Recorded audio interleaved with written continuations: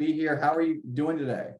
Very good. Happy to be with you. Yes, we're so happy. This is one of the most fun shows on television, and we're so excited. You know, the season finale kind of left us with a cliffhanger. We don't really know what's going to happen.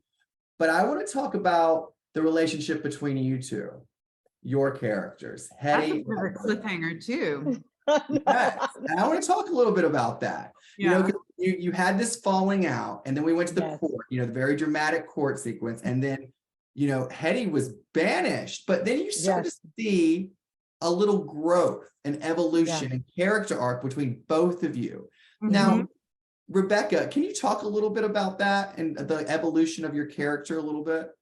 Well, I mean, I'll give you the short answer because Hetty has had a whole lot of growth, but she's probably had the farthest to go. I mean, she's really a stick in the mud and has changed dramatically. And I think I'm so happy here, you know, to be talking and doing this with Danielle, because largely because of Danielle's influence, because of Alberta's influence on Hetty.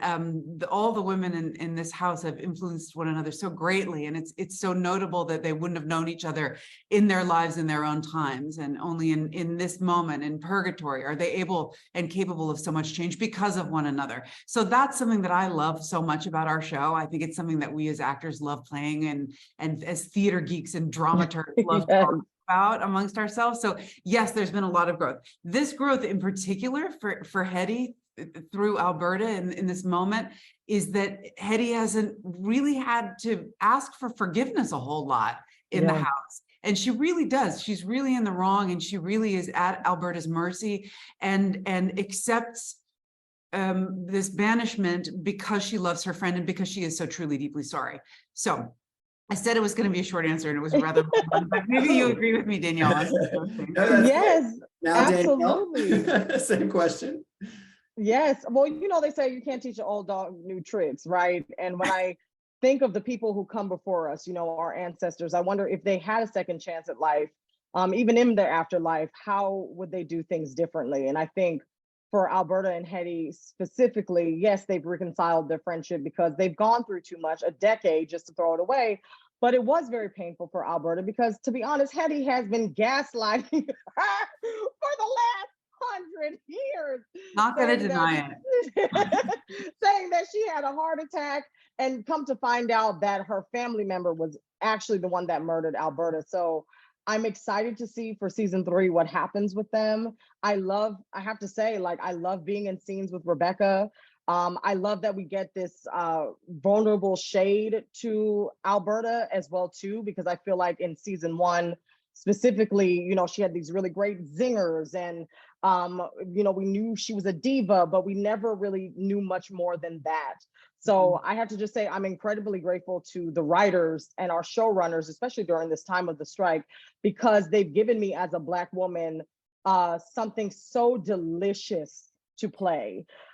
This character is three-dimensional. You know, she is a jazz singer who is from the Prohibition era, and she's not a stereotype. She's actually a hot mess, which I love getting the chance to play as well. She's funny, and she's vulnerable. And I feel like this season, for me, with this murder mystery, has been about demystifying what it means to be a strong Black woman. I think on broadcast TV specifically, we always have our stuff together, you know? So I love it. I've had just a fabulous ride in season 2, and I really do keep my fingers crossed that me and Rebecca get more scenes together in season 3 as well. We've been very insistent that we've been, you know, insinuating that we're expecting that. May I jump on that 1 second and just highlight a moment that was one of my favorite moments for Danielle this past season? That was her idea, and she really pushed. Speaking of not having to be, you know, present this perfect, you know, anesthetized, you know, front. When you suggested that Alberta be wigless when we first see her comment. And I think that it was so impactful, and that was all Danielle, and it was, anyway, do you want to talk about that, Danielle? Yes, absolutely. That was my ode to Viola Davis, because in How to Get Away with Murder, it was the iconic moment that Viola pulled her wig back. And I remember sitting there with my friends watching that and screaming out loud, because yes, you know, I sleep without my wig at night, but we don't see that on TV, much less broadcast television. And so in a way, it felt like Alberta with her taking her hair off, was her way of being vulnerable with the person that she loved the most on this earth, which was her bootlegger. But also it was my way of thinking that she was preparing herself for her own death. And the last thing that she picks out is that iconic hat that Thor all the time has comments about. And so I think that, like, for Alberta specifically, she's so strong-willed. She would have wanted to say in what she wore in her afterlife, and how fabulous does she look in all that crushed velvet. My God.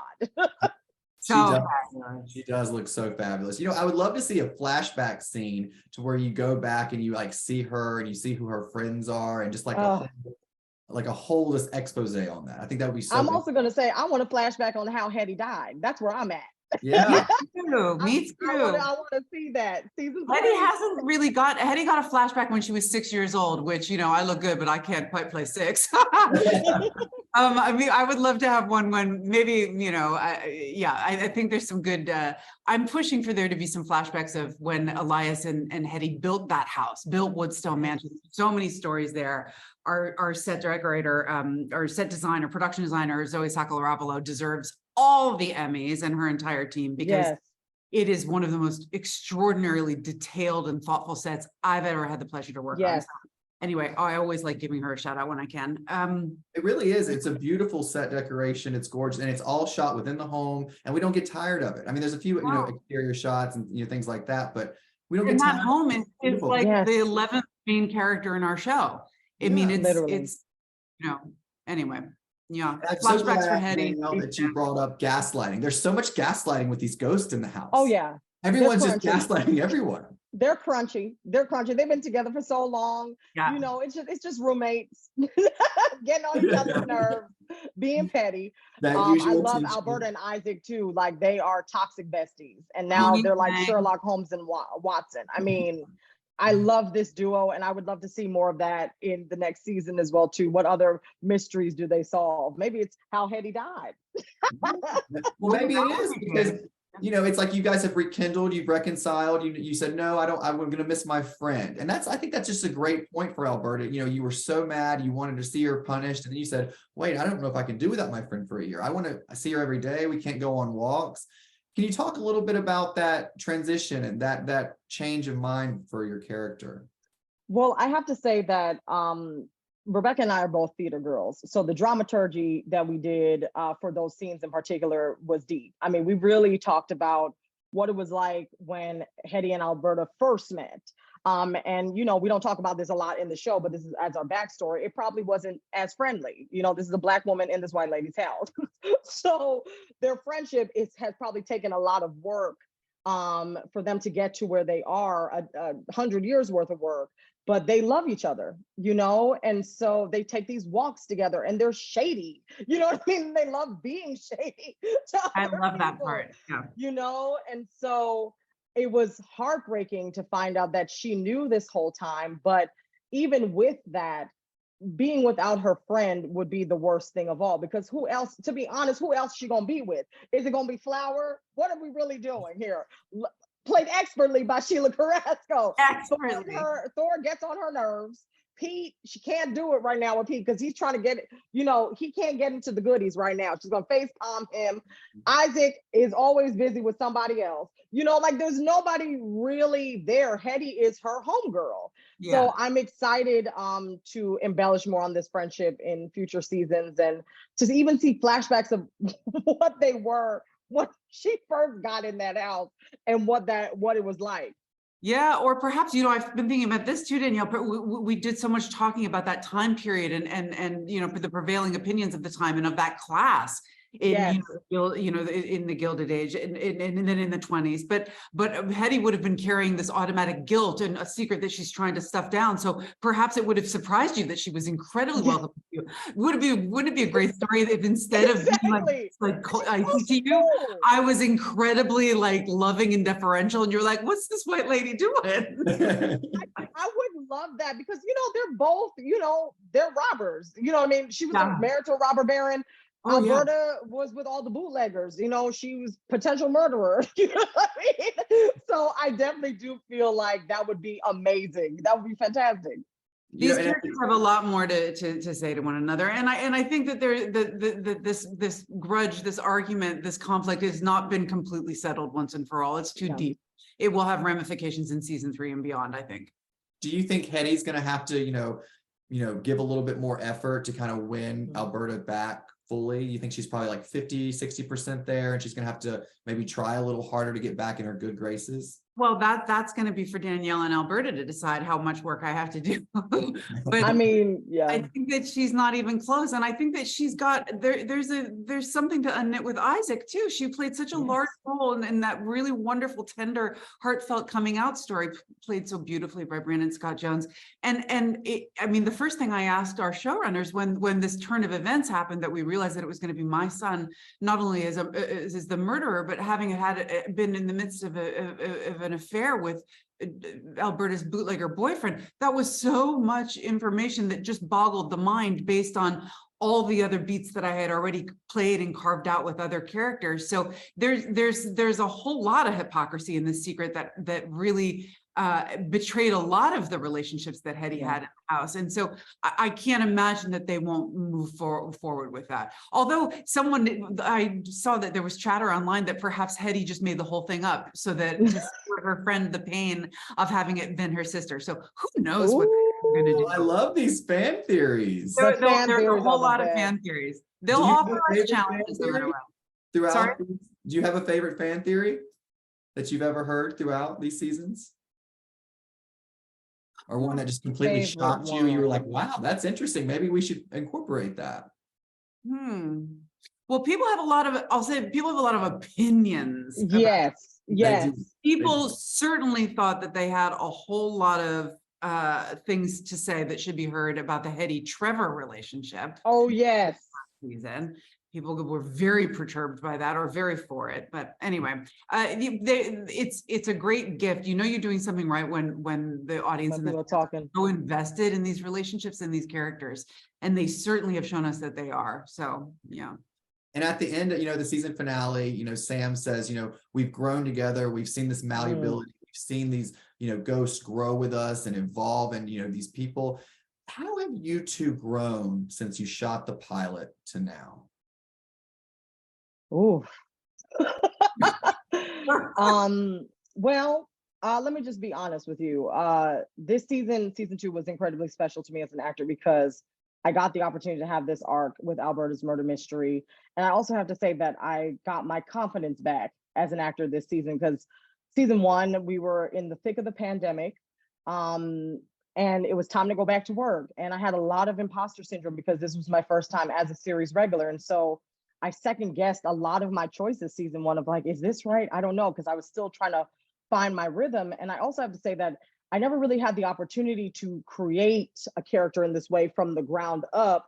And also now she's a ghost. So we're wearing the same outfits. You know what I mean? She's going to have the same mannerisms. And I was so used to playing, deadpan or disgruntled stereotypes. And this character, I had to say, came at a perfect time in my career because I thought I was done acting.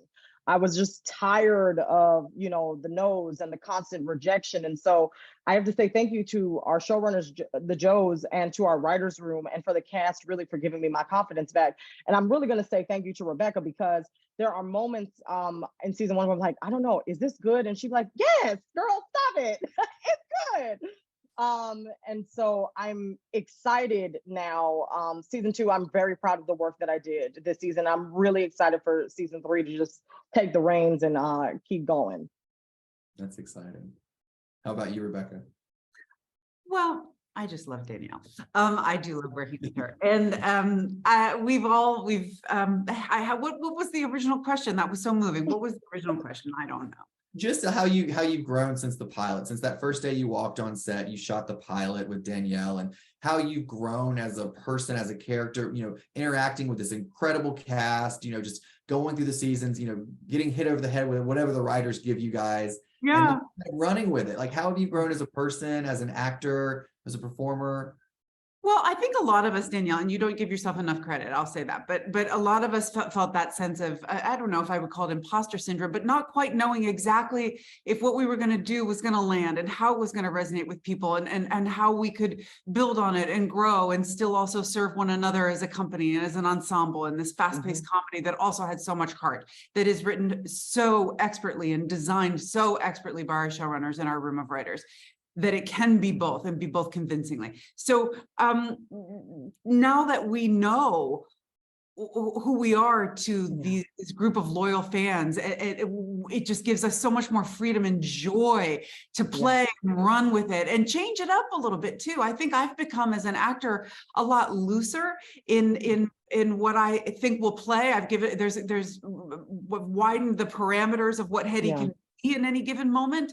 I've enjoyed so much expanding on her silliness and her more childlike qualities. She doesn't necessarily need to be this uptight, stick in the mud mama figure status person. She can be all these other things, and there's room and acceptance and love from the audience, and seeing those colors in her. So it gives me confidence to grow her even more. And quite possibly that's one of the lessons of, you know, of the human experience that all these ghosts are trying to figure out, is you can be more than one thing. You can change who you are. You can change your opinion in the, you know, in the middle of a sentence.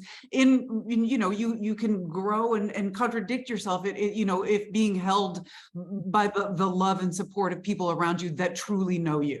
And I think that that's true in our show. There's just so many lessons that I've found as just a human person in the world, being in, not to be too grand, but being in this company of people. Not only as characters are we also profoundly different, but as actors, we're also different and have such complementary strengths and real, genuine, generous love for one another. That never ceases to amaze me and thrill me on going to work at this job every day. And I really mean that too. So, and I think you can see it in the show. Yeah, and you embrace the pluralism, great. Like, just like you said, your characters are always evolving and growing, and it's so fun to watch, because I feel like the audience is along for that ride. Now, if you guys were in the writer's room, what was one thing that you would want to write? What do you want to see out of the season 3? What is between your relationship, your characters, for other characters? What, Rebecca, you go first. What do you think is one episode that you would love to write yourself? Well, right about now, not a damn thing, because we'd be WGA, not strike. Pencils down, right? Yeah, pencils down. Pencils down. Yes. We're all we're WGA strong over here. So, what would we change?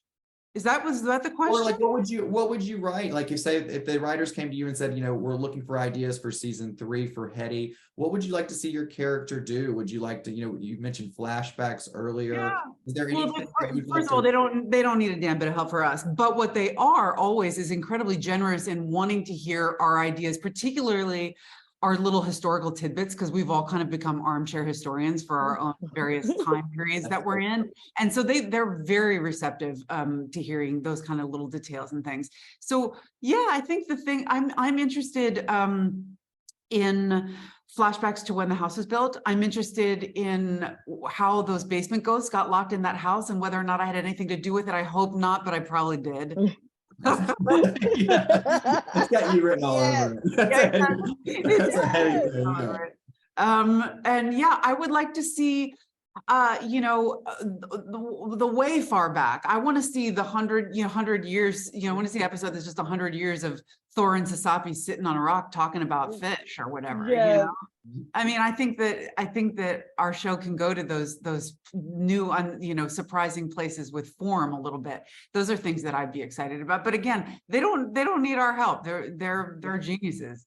What about you, Danielle? I have to say that there was an episode where we touched on Flower's brother being alive, and the possibility of that. And I would love to see more of who Susan was. You know, I love those flashbacks that we really get to dig into Flower's character. I love Sheila Carrasco. That is my bestie. That is my girl. And I think she's sheer brilliance. So anything Flower, I'm here for. I'm also going to just be a little selfish and say I would love for Alberta to get into a love triangle. Whether it's Pete and another ghost or a new ghost. Do you want to come? You want to come into Treddy? you want to come on in? I don't know. I think it's, I don't know, friend, because the pants, he needs some pants. But I would love some sort of love triangle. But the thing that I am manifesting the most for season 3, and I'm very loud about this, is that everyone on our show works so hard. Our writers are absolutely incredible. Our showrunners are incredible. Our actors, our entire crew are brilliant. And whether it happens this year or in years to come, because knock on wood, this show lasts forever. But I would love us to get some nominations. I really would. That's what I would love, to come into season 3 with that extra little bit of zhuzh. This show deserves it. I mean, Rebecca talked about our set design. I mean, it is truly, it's masterful. It really is. And so that's what I also want to manifest for season 3, is that we come back and we're like, hey, we're the cool kids on the block. Yeah, I mean, but it's not just the set production, it's the full ensemble that makes everything. This show so great. It keeps people coming back for more. I mean, you're one of the only sitcoms that are really thriving right now, Yes. So this sitcom is kind of, people aren't watching, but the people are tuning into this. And I want to add that what's happening truly is historical right now. We are bringing audiences back to broadcast TV. We just did an FYC event, and we interact with the fans online, and people have been saying, oh my gosh, I've been able to every Thursday watch this with my full family. When have you heard that? My grandmother loves this show. My aunt loves this show. My cousins and my sister. Oh my gosh, I love Pete. I love Hetty. I love, people are dressing up as us for Halloween. It is truly changing the lives out there. And I love this show so much. I ride and die for it. And so I would love some nominations. It would be incredible. Everyone that works on this production deserves. Oh, they're coming your way. Now, Danielle, if I could ask you, what is your favorite episode or scene that you've shot in this whole series? In the whole series? Oh, I think it has to be the moment in season 1 when Alberta realizes she's gone viral. And she does that iconic song, and she's like, because I'm famous.